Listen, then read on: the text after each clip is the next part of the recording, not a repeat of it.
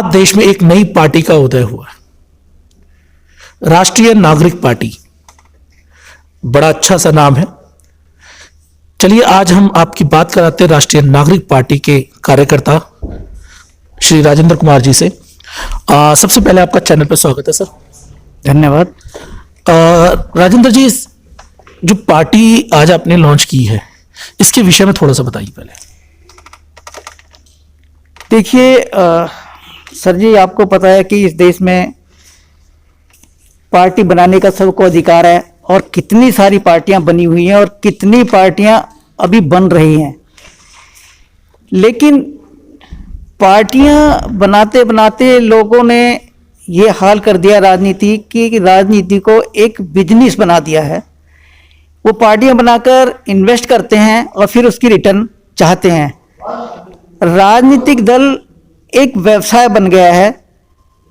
राजनीति का जो मतलब था वो सारा फोरफिट हो गया है, क्योंकि इस देश में जो व्यवस्था युगों से चली आ रही थी और उस व्यवस्था में जो संसाधन है वो उन पर सबका अधिकार जिनका होना चाहिए वो नहीं था।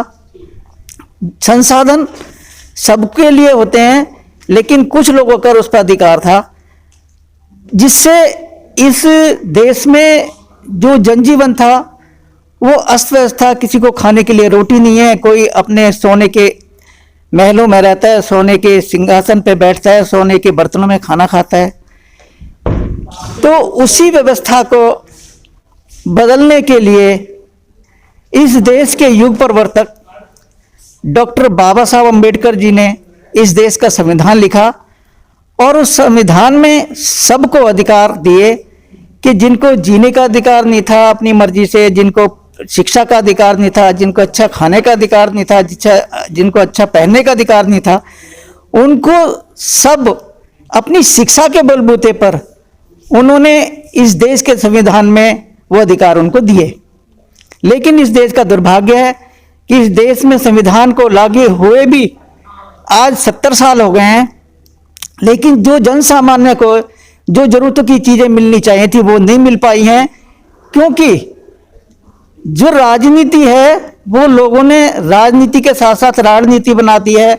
और एक जो व्यवसाय है, और व्यवसाय में क्या है कि लोग हुक एंड क्रुक अपने प्रॉफिट की बात करते हैं, अपने फायदे की बात करते हैं।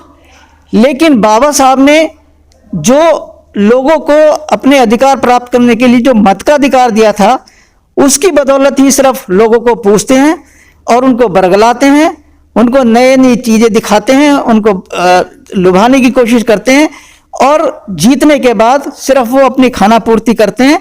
और जो उन्होंने इन्वेस्ट किया है, जो लोगों को लालच देके जो अपने प्रचार प्रसार पे पैसा खर्च करते हैं, उसको सिर्फ रिटर्न करने की कोशिश करते हैं, बाकी और जनहित के लिए कुछ नहीं करते। सर, यह आरोप तो आपके ऊपर भी लग सकता है, क्योंकि आप भी अब एक नई पॉलिटिकल पार्टी है, तो आप लोगों पे भी तो यह आरोप लग सकता है कि आप भी लोगों को बरगलाएंगे, झूठे झूठे आश्वासन देंगे। क्या ऐसा कोई आपने अभी तक कुछ ऐसा किया है जिससे लोग आप पर विश्वास कर सकें? हाँ, हमने किया नहीं है, ये तो हमारा दर्द है। हम एक जन सामान्य आदमी हैं और हम अपना दुख दर्द जो दूसरों के साथ शेयर कर रहे हैं, उनके दुख दर्द अपने साथ शेयर करेंगे। जब लुटे पिटे और भूखे नंगे सब एक साथ इकट्ठे होंगे तभी तो हम अपनी ताकत बना पाएंगे। हमने देखा है जब भी नई कोई पार्टी बनती है वो हमेशा संविधान का प्रेम्बल पढ़ के सुनाती है, क्योंकि हम लगातार पीसीस कवर करते हैं। लेकिन जब पार्टी बन जाती है, चुनावों का समय आता है, तो लोग वही नेता एक तरह से संविधान की धज्जियां उड़ाने लग जाते हैं। जो लोग उसका मखौल उड़ा रहे हैं संविधान का, उन्हीं के आगे पीछे नाचने लग जाते हैं। तो क्या ये दुखदाई नहीं है? देखिए, हर पार्टी का एक एजेंडा होता है। जैसे कि कुछ पार्टियां सिर्फ धर्म के लिए काम करती हैं, कुछ व्यक्ति विशेष के लिए काम करती हैं, कुछ जाति विशेष के लिए काम करती हैं। लेकिन मेरा मानना यह है कि जब इस देश के संविधान के निर्माता बाबा साहब ने जिस हालात में अपना जीवन गुजारा था, और जब उनके पास शिक्षा के बलबूते पर उन्होंने संविधान निर्माण किया, संविधान के निर्माण के दौरान भी उन्होंने ऐसी कोई द्वेषपूर्ण भावना से संविधान नहीं लिखा कि जिससे किसी और व्यक्ति को नुकसान होता। जब बाबा साहब ने इस देश में सबको समान अधिकार दिया है, तो हम कौन होते हैं कि हम किसी धर्म, किसी जाति या किसी वर्ग विशेष या किसी क्षेत्र विशेष के लिए कोई अलग अलग बातें नीति करें। जब बाबा साहब ने सबको समान अधिकार दिया, आर्टिकल 14, आर्टिकल 19, आर्टिकल 21 में उन्होंने इसी मकसद से मेंशन किया था कि सबको, इस देश के हर नागरिक को समान सुविधाएं मिले, समान जीने का अधिकार मिले, समान सब कुछ मिले। लेकिन इस देश में राजनीति को व्यवसायीकरण करने के कारण जो लोग पैसा खर्च करके जो आते हैं, पैसा के बलबूते पे जो वोटें बटोरते हैं, फिर उन पैसों को वसूल करने के लिए ऐसे जो फंड होता है, जो सोर्सेज होते हैं, उनको अपने लिए इस्तेमाल करते हैं, ना कि जनता के लिए इस्तेमाल। आप बाबा साहब की बात कर रहे हैं। बाबा साहब ने ही एक बात कही थी कि पहली जब बाबा साहब जब गोलमेज कॉन्फ्रेंस हुई थी, उस समय जब बाबा साहब ने अपनी बात रखने के गए थे, जब देश का उन्हें बार बार गद्दार बोला जा रहा था कुछ नकली राष्ट्रवादियों की तरफ से, तब बाबा साहब ने कहा था कि पहले मेरा जीवन मेरे देश के लिए है, लेकिन अगर मुझे देश और मेरे समाज के लोगों को चुनना पड़े तो मुझे पहले मैं अपने समाज के लोगों के साथ जाना पसंद करूंगा, ना कि उन लोगों के लिए, क्योंकि पहले मुझे अपने समाज के लोगों की को गुलामी से मुक्त कराना है। तो आप ये कैसे कह रहे हैं कि बाबा साहब एक समुदाय के लिए नहीं लड़े? एक समुदाय के लिए उनकी राजनीति नहीं थी, आप कैसे कह सकते हैं? एक समुदाय के लिए लड़े, उन्होंने संघर्ष किया, उनको वो अधिकार दिलवाने के लिए संघर्ष किया। लेकिन जब उनको संविधान लिखने का मौका मिला, तो उन्होंने इस देश के किसी भी नागरिक के साथ द्वेषपूर्ण भावना से ऐसा कुछ आर्टिकल नहीं लिखा जिससे कि दूसरे लोगों को नुकसान हो।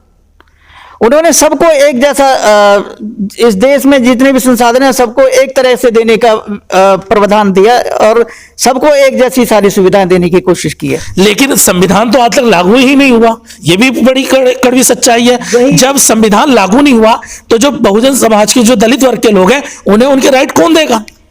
मान्यवर, मैं आपको धन्यवाद देता हूं कि आप जो हम कहना चाहते थे वो बात आपने कह दी कि इस देश में जो राजनीतिक पार्टियां हैं, जो राजनीतिक लोग हैं, उन्होंने सिर्फ इस देश के संसाधनों का दुरुपयोग किया है, इस देश के मतदाताओं का दुरुपयोग किया है, इस देश की गरीबी का दुरुपयोग किया है, इस देश की अशिक्षा का दुरुपयोग किया है। उन्होंने इन सब चीजों का फायदा उठा के सिर्फ अपना फायदा किया है, ना कि जनहित का कार्य किया है।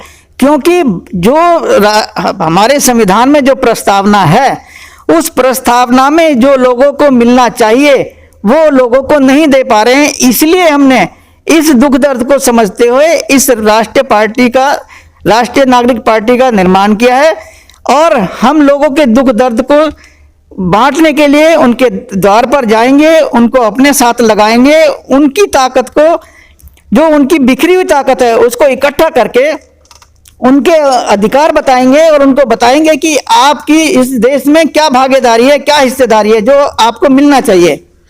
तो चैनल पे आपने इतना समय दिया उसके लिए आपका धन्यवाद। तो एक और नई पार्टी का उदय हुआ है, राष्ट्रीय नागरिक पार्टी, उनके कार्यकर्ता है श्री राजेंद्र कुमार जी। तो आपने सुना पार्टी की क्या विचारधारा है, कैसे वो करना है। आगे चुनाव आएंगे, चुनावों में इनकी पार्टी लड़ेगी, फैसला आपको करना है कि आपने इन्हें वोट देना है नहीं देना, इन्हें लेके आना है नहीं आना, ये फैसला आपका है। लेकिन अगर आपको वीडियो अच्छी लगे तो चैनल को सब्सक्राइब कर लीजिए, वीडियो को लाइक कर दीजिए और चैनल